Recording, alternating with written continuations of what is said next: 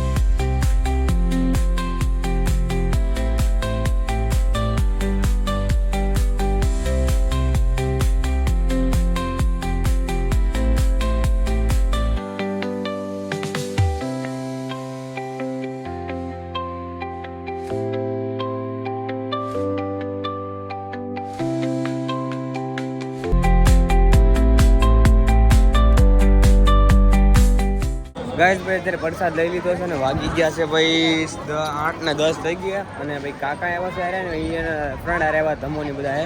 તો એ તો ભોજના એમાં છે, તો અહીંયા જમી લીધું, જમવા બેઠા. અને અમે લોકો જમી લીધું. આ બહાર ઊભા ભાઈ મૂર્તિએ દર્શન કરી લીધા. તો સિનેમેટિકમાં બધું આવી જાય કારે, પણ બ્લોગ ઉતારવાનો એમ બ્લોગ ઉતારવાનો છે. થાકી પાકી ગયા ને કાલનો બ્લોગ ભાઈ સારો આવશે, મતલબ કે કાલે કન્ટિન્યુ રહેતો અહીંયા રહેવાનું છે. આજે ત્યાં ને રૂમ બુક કરાવી કે તો રૂમ ટૂર તેમને આપી દે. અને અત્યારે તો ગાઈસ અત્યારે બહાર છું, તો બહાર હવે ઘડી કરવું, મોજ કરું એમ. The next morning. Good morning guys, જય માતા, જય શ્રી કૃષ્ણ. કેમ છો બધા? મજામાં? હું પણ મજામાં છું. નાયદો મસ્ત મજાનો થઈ ગયો તો ફ્રેશ. અને ભાઈ જે રાણપુરમાં બીજો દિવસ, અને વાગી ગયા છે સવાર 9 વાગી ગયા. અને અહીંનું તો કંઈક આવું વાતાવરણ છે ભાઈ. સાળંગપુરના વાયલે બધું છે. તમે રૂમ રાખી આવ્યામાં અહીંયા રૂમ છે. સ્કૂલ છે કે રૂમનો એરિયો છે કે ખબર નથી, લગભગ તો રૂમનો એરિયો છે. અને બધા રૂમ જ છે આ બધા. તો સાળંગપુરમાં અત્યારે બીજો દિવસ છે.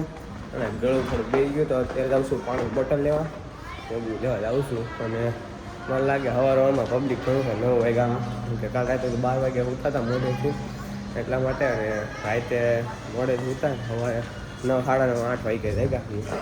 અને સવારમાં ભાઈ આવો વ્યૂ છે કાંઈક જુઓ.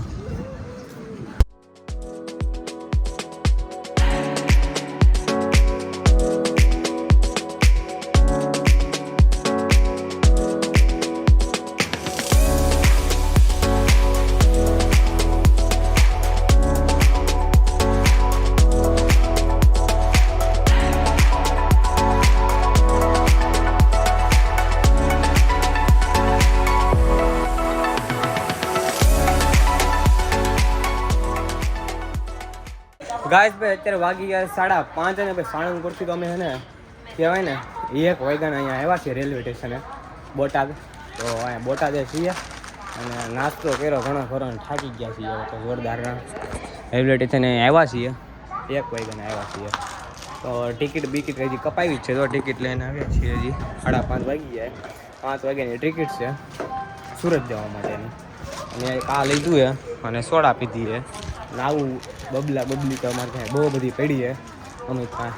તો એકાદ આ ઉપાડ લીધું, સ્ટીક ભાળી ગયું. આ સ્ટીક ખાય મેં એમ. થોડા ઘણા ફોટા પાડ્યા, કેમ કે 1 વાગ્યાના અહીંયા હતા તો થાકી ગયા હતા. કેમ કે સાળંગપુર હતા તો ખબર નહોતી કે કેટલા વાગ્યાની ટિકિટ ટ્રેન આવવાની છે એમ. એટલા માટે વહેલા આવી ગયા તો પાછો ક્યાં ધક્કો કરવો મેં કીધું તો અહીંયા રહીએ એમ. તો અમિત તો બેઠો છે શાંતિથી, જો બતાવું. પહેલાંનું ધ્યાન રાખીએ અને ટ્રેનનું ધ્યાન રાખીએ. વહી ન જાય. અમારે પ્લેટફોર્મ નંબર 1 ઉપર આવવાની છે, તમે 4 ઉપર બેઠા છીએ. જાય 7 વાગ્યા બાજુ આડે બાજુ આવું. અમદાવાદવાળી હતી તો વહી ગઈ. બધા થોડા ઘણા ફ્રેન્ડ મળી ગયા હતા. ફ્રેન્ડ હતા માસી કહે ને, માસીઓ ભાઈને ભાઈબંધોને બધા હતા. કહેતા ચાલો અમદાવાદ જઈએ. મેં કહ્યું ના ભાઈ, અમદાવાદનું કામ છે, અમારે જવાનું છે સુરત. તો સુરતમાં બેસી ગયા હતા. સુરતમાં 7 વાગે ને બે જવું છે મસ્ત મજાનું 6:30 વાગે એવું કહું મારી ઈચ્છા છે. હવે ફાઇનલી ગઈ ભાઈ અત્યારે ઘરે પહોંચી ગયો છું. વાગી ગયા છે 3:45. ટ્રેનમાંથી ઉતરી ગયા. ટ્રેનમાંથી તો 3:15 ઉતરી ગયા હતા. હું જઈ ત્રણેય જઈ તો ઉઈ ગયો હતો ને ઘરેથી 3-4 ફોન આવ્યા કે ભાઈ હું તો હોવા ગયો હતો ઘણા કે થાકી ગયો હતો અને કાલે સવારે ગાડી લેવા જવાની છે તો ગાડી લેવાની બાકી છે. બોલો હવે શું કરવું. તો મળીએ પાછા ભાઈ કાલે બ્લોગ કાલે એન્ડ કરી નાખી. અત્યારે હોઈ જાય ઠાકા ભાઈ આવો જય કષ્ટભંજન દેવ જય હનુમાન દાદા ભાઈ સાળંગપુરથી આવી ગયા છીએ ભાઈ સુરત અમે. અને અત્યારે તો ભાઈ 11:15 થયા છે. વ્લોગ એન્ડ કરું છું. મેં કીધું તો કાલે વ્લોગ એન્ડ કરીશ. અને ભાઈ અત્યારે મમ્મી પપ્પા અને ગયા છે માસીને ત્યાં. અને ભાઈ અમે સાળંગપુર જવાનો પ્રોગ્રામ કર્યો હતો પણ શું કહેવાય કે ગયા મોજ કરી બહુ મોજ કરી. પણ એમાં થયું શનિવારે મેં કીધું પહોંચાય ને એમ જાય હું જઈએ ને અમિત ત્રણેય હતા તો એવી રીતે જાય એમ. તો રાતે નીકળ્યા તો મેં આખો દિવસ તો આમ તેમ કરતા હતા. પણ રાતે નીકળ્યા તો મેં કીધું બસ મળી જાય.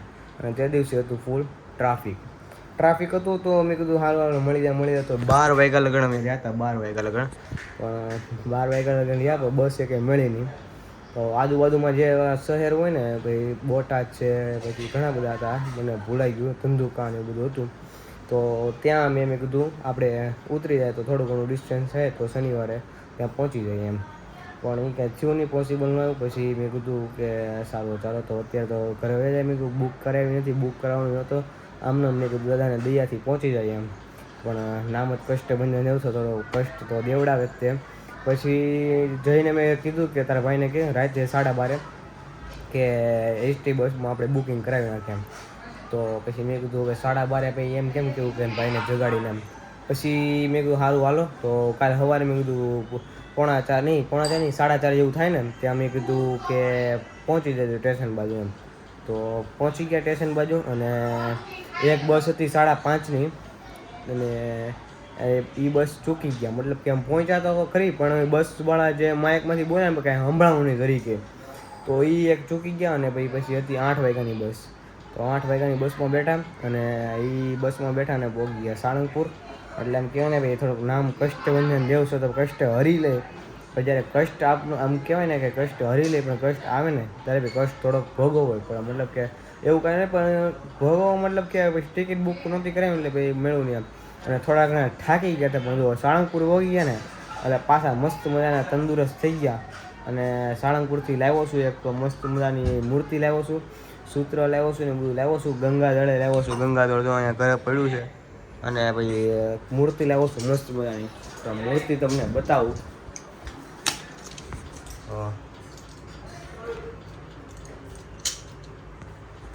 એ એક મૂર્તિ લાવ્યો છું અને કૌશિકનું ગંગાજળ કૌશિક ઘણો બધો સામાન લાવ્યા છીએ. મતલબ કે થોડું ઘણું કૌશિકનું હતું ઉર્વેશનું તે બધું લાવ્યા છીએ.